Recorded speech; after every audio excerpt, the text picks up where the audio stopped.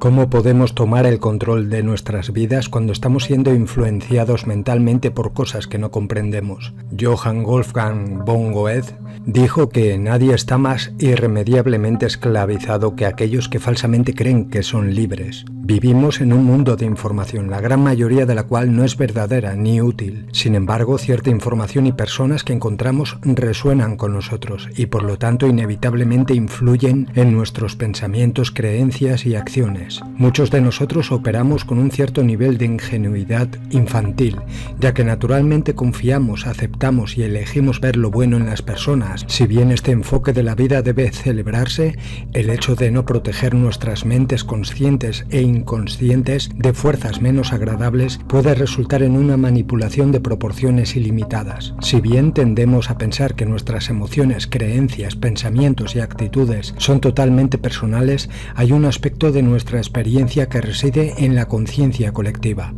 De hecho, cuando ciertos pensamientos y emociones se amplifican a través de la energía de un grupo, puede resultar en la creación de lo que se llama egregor. Los egregores no son inherentemente buenos o malos, pueden fortalecernos o esclavizarnos. Sin embargo, si nuestro objetivo final es la completa liberación espiritual y evolución, entonces ser conscientes de la existencia y la influencia de los egregores en nuestra vida diaria es de suma importancia. Un egregor es un término usado en la literatura oculta, ocultista y esotérica para describir un poderoso fenómeno psíquico que puede influir en las personas a nivel psíquico, espiritual y psicológico. Los egregores son descritos como entidades psíquicas, capaces de actuar con cierto grado de autonomía. De hecho, la definición más común de un egregor es una entidad psíquica autónoma compuesta por e influenciando los pensamientos de un grupo de personas.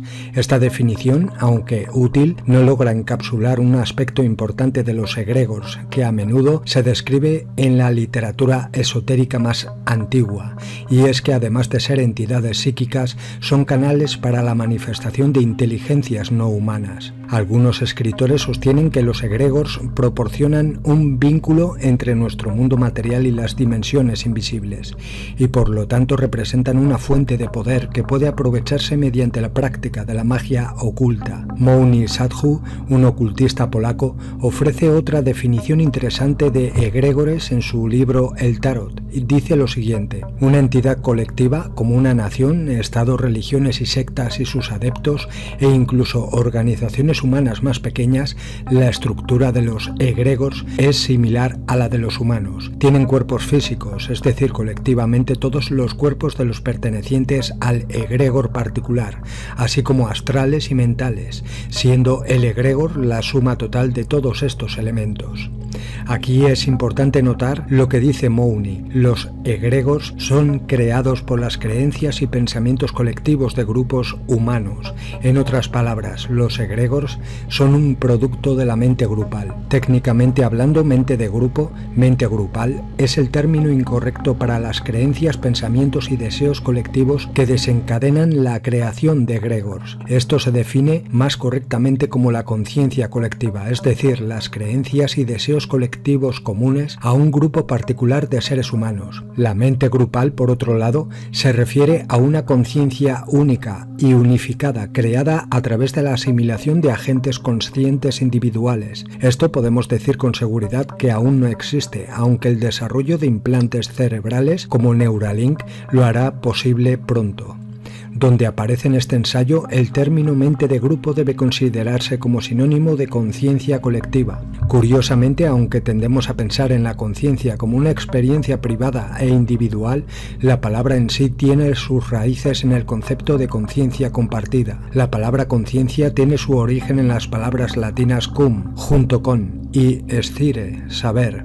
Muchos psicólogos coinciden en que la conciencia colectiva es un fenómeno real y que lo experimentamos todos los días de nuestra vida. La experiencia humana muestra claramente que esto es así. La conciencia colectiva es una característica común de las familias, las tribus, los grupos étnicos y grupos religiosos. Así, la existencia de la mente grupal abre la posibilidad de manipulación masiva de grupos de personas, y es en los círculos ocultos donde se entienden mejor los métodos de control mental. De hecho, hecho, como afirma Michael Hoffman en su libro Sociedades secretas y guerra psicológica, la criptocracia oculta procesa la mente grupal de las masas principalmente a través del psicodrama. Inquietantemente, según Hoffman, una de esas técnicas utilizadas por la criptocracia oculta para influir en la mente grupal es el asesinato ritual.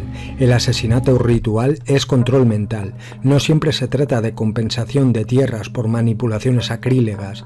Puede ser ceremonial, con una liturgia que utiliza el lenguaje del crepúsculo para imprimir la mente grupal, la entidad que se forma psíquicamente cuando un gran número de personas se concentra intensamente en el mismo objeto, imagen o símbolo.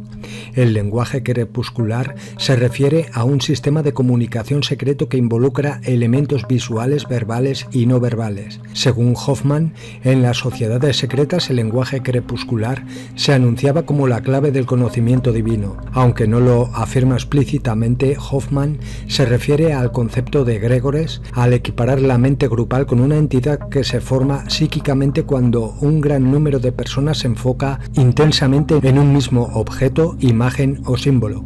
También divulga una técnica importante para su creación y manipulación, el ritual. Jocelyn Godwin cree que el ascenso y la caída de las naciones está estrechamente relacionado con sus relaciones con sus diversos dioses. Creía que tales dioses son entidades reales, pero no les atribuye la naturaleza todopoderosa que la gente suele asociar con los dioses. En cambio, cree que tales dioses son egregores, entidades psíquicas creadas por la devoción y las creencias de grandes grupos de personas. En otras palabras, los dioses necesitan la religión humana más que los humanos. Como dice Godwin, lo más importante que hay que entender es que los egregores son aumentados por las creencias humanas, son fortalecidos por las creencias humanas, los rituales y especialmente el sacrificio. Según Godwin, si se nutre lo suficiente de tales prácticas, el egregor puede tomar vida propia y parecer una deidad personal e independiente, con un poder limitado en nombre de sus devotos y un apetito ilimitado por más devoción. Entonces se cree que es un dios o una diosa inmortal, un ángel o un demonio.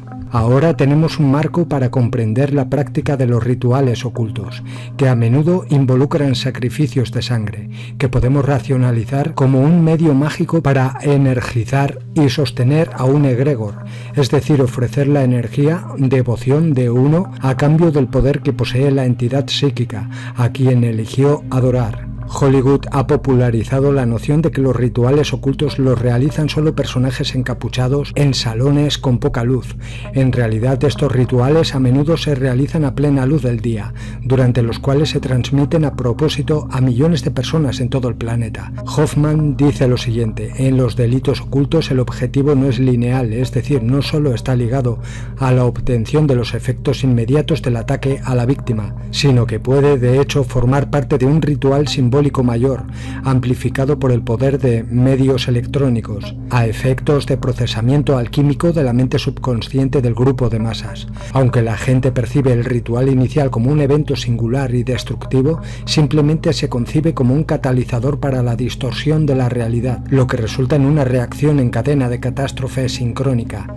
La evocación de un egregor puede hacer que ocurran eventos sincrónicamente que reflejen el funcionamiento ritual inicial. En otras palabras, una vez suficientemente energizado, un egregor puede comenzar a influir en el mundo material, causando más catástrofes. El ritual inicial por sí solo no es suficiente para sostener al egregor, ya que requiere más energía. Es por eso que tales eventos son transmitidos por los medios de comunicación, entregados a las mentes conscientes y subconscientes del público desprevenido. Comprando la propaganda y aceptando la historia, la gente da su energía al egregor, sin darse cuenta, apoyando lo que condenaría. Entonces, ¿cómo se crean estos rituales? El proceso comienza con una programación predictiva, la creación de una hoja de ruta virtual que circula entre las masas en forma de una película, un libro o un programa de televisión de ficción en el que la agenda a implementar se expone claramente a la opinión pública desprevenida. Como dice Hoffman, en ciertos rituales de crimen, una obra literaria sincrónica, generalmente ficción, aparece antes de que se cometan, sirviendo como guión virtual de lo que sucede. En algunos casos el guión virtual es una revelación escandalosamente flagrante para los más conscientes de lo que está por venir, siendo un pronóstico agregando más poder al ritual cuando finalmente se realiza. Las obras de ficción a menudo se utilizan como vehículos para mensajes subliminales o en muchos casos mensajes abiertos que están diseñados para condicionar la mente de la audiencia a una cierta forma de pensar y así prepararlos para las cosas por venir planeado de antemano. La programación predictiva tiene el efecto de procesar la mente de grupo a través de la manipulación de símbolos, tramas y arquetipos. Las películas de Hollywood son un excelente ejemplo de cómo este mensaje se lleva a cabo constantemente. La ficción, aunque irreal en el sentido de que no representa nuestra realidad cotidiana, ocupa un lugar muy real en la psique del individuo, donde puede pasar por un periodo de gestación antes de materializarse como una especie de autoimagen, cumpliendo la profecía. En otras palabras, una obra de ficción es en muchos sentidos una herramienta para manipular las mentes y la realidad, y por lo tanto un aspecto poderoso de la guerra psicológica. Si creamos egregores a través de nuestros pensamientos, deseos, especialmente con la energía del miedo y creencias, es lógico que podamos destruirlos también, o al menos liberarnos de su influencia. No todos los egregores son malos, ya que son simplemente expresiones de nuestras energías y creencias creadas y compartidas. Las emociones son las que dirigen e impulsan nuestras acciones, pero también son alimento para los egregores. Esta es la razón por la cual los rituales ocultistas a menudo están diseñados para desencadenar un miedo y pánico generalizados. Este es un miedo para crear, nutrir y mantener un egregor. La clave para superar la influencia de los egregores dañinos es ser conscientes de nuestros pensamientos, creencias, emociones y sentimientos. Fortalecer nuestro discernimiento y elevar nuestra conciencia nos lleva a desarrollar una mayor percepción o conciencia, permitiéndonos desenergizar al egregor, liberándonos conscientemente de sus garras. Un egregor que está siendo apoyado conscientemente o inconscientemente por millones de personas, especialmente por miedo o pánico, no es fácil de destruir. Sin embargo, podemos liberarnos de su influencia simplemente limitando nuestra conexión y contacto con los miembros, rituales, símbolos y actividades asociadas con el egregor y las personas que lo anclan en el mundo material. La ignorancia siempre engendra miedo. Estar consciente y alerta nos da discernimiento y de esta manera no seremos manipulados mentalmente.